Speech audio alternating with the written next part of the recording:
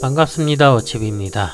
오늘은 스타킹의 오토매틱 시계를 하나 소개하려고 합니다. 이 시계는 AM0269란 모델로 독일 브랜드 노모스의 람다를 오마주한 제품이며 스타킹사의 고진동 인하우스 무브먼트가 탑재되어 있는 게 특징이죠. 알리익스프레스에서 38달러 정도로 45,000원 정도에 구입이 가능한 시계입니다. 컬러는 화이트, 블루, 블랙 3가지에 가죽과 메쉬밴드에 따른 바리에이션을 보여주며 블랙 모델은 판매처마다 재고가 있는 경우도 있고 없는 경우도 있어 보이니까 잘 찾아보시길 바랍니다. 오늘 리뷰하는 시계는 블루 다이얼의 블랙 가죽 밴드 모델이죠. 제가 제목에 방울을 언급했는데 이게 무슨 소리인지는 자세히 살펴보면서 설명드리도록 하겠습니다.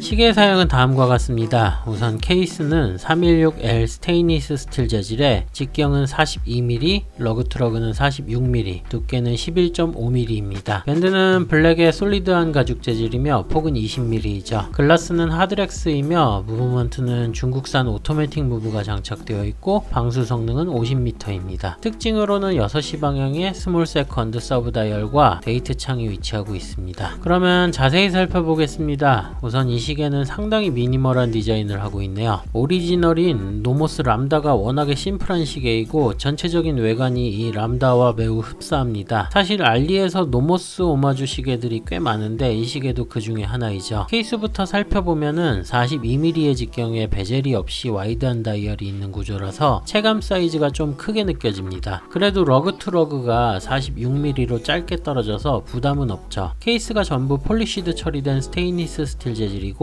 글라스는 플랫한 하드렉스 글라스입니다. 그래서 그런지 다이얼에 굴절이 없고 또렷하게 보이죠. 다이얼은 딥블루 컬러의 은은한 썬버스트이며 인덱스나 핸즈들이 가늘고 심플하게 처리되어 있습니다. 노모스 람다와 거의 똑같은 디자인인데 다른 점을 찾아본다면은 우선 용두가 4시 방향에 있다는 점이랑 6시 방향에 데이트 창이 있고 다이얼 상단에 서브 다이얼이 데코레이션이라는 거죠. 람다는 이 상단 부분이 파워 리저브 인디케이터로 시계의 오토매틱 파워 리저브 시간을 표시해주는 기능을 하고 있습니다. 반면에 스타킹은 이 부분을 로고를 넣은 상태로 그냥 다이얼 디자인으로만 남겨놨죠. 용두도 그렇고 6시 데이트 창도 그렇고 이게 장착한 무브먼트에 따라서 구조가 달라진 게 아닌가 생각이 드네요. 표기는 좌측에 작게 오토매틱 25석 표기가 되어 있고 우측에는 방수 표기가 되어 있습니다. 센터 세컨드의 시분 핸즈는 얇고 뾰족한 모양의 실버 컬러로 들어가 있으며 야광 성능은 없네요. 6시 서브 다이얼은 스몰 세컨드로 초침이 작동합니다. 그 안에 원형의 데이트 창이 위치하고 있죠. 이 시계의 무브먼트가 시간당 28,800회의 고진동 무브라서 세컨핸즈가 부드럽게 돌아가는 것을 확인할 수가 있습니다. 단 너무 작은 사이즈의 핸즈라서 고진동 기능이 눈에 띄진 않네요. 다음은 측면입니다. 11.5mm로 슬림한 편이며 후면 쪽으로 좁아지는 형태라서 마치 접시 같은 모양이죠. 용두는 측면에 스타킹 로고가 각인되어 있으며 작고 얇게 만들어져 있습니다. 2단을 뽑으면 시분 조절이 가능하고 핵 기능은 없어서 초침이 계속 돌아가고 있죠. 용두 1단에서는 날짜창 조절이 되며 잠근 상태에서는 와인딩이 됩니다. 다음은 밴드입니다. 좀 아쉬운 부분이 이 밴드의 품질인데 블랙 컬러의 솔리드한 가죽 재질이 좋아 보이진 않네요. 서비스로 악어 가죽 패턴의 블랙 가죽 밴드도 제공이 되고 있는데 이것도 썩 좋진 않습니다. 개인적으로 그냥 메쉬 밴드를 사는 게 나았을 것 같네요. 혹시나 해서 가지고 있던 20mm 폭의 메쉬 밴드를 장착을 해봤는데 나름 잘 어울립니다. 이 시계는 심플한 디자인이라서 줄질에 따라서 느낌이 다양할 것으로 보이네요. 다음은 후면을 살펴보겠습니다.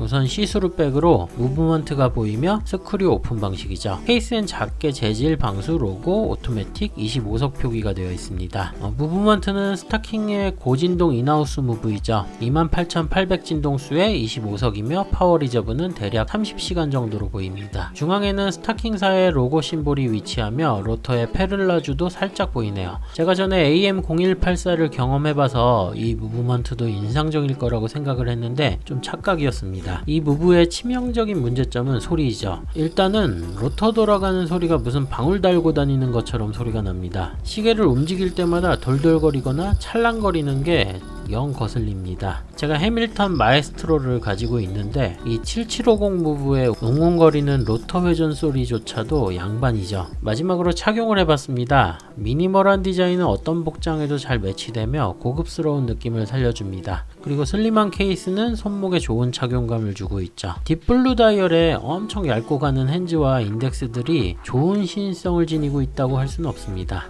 거기에다가 데이트 창도 눈에 잘 안 들어오죠. 뭔가 아쉬운 구석이 있는 시계입니다. 그러면 이 시계에 대해서 평가를 해보자면 다음과 같습니다.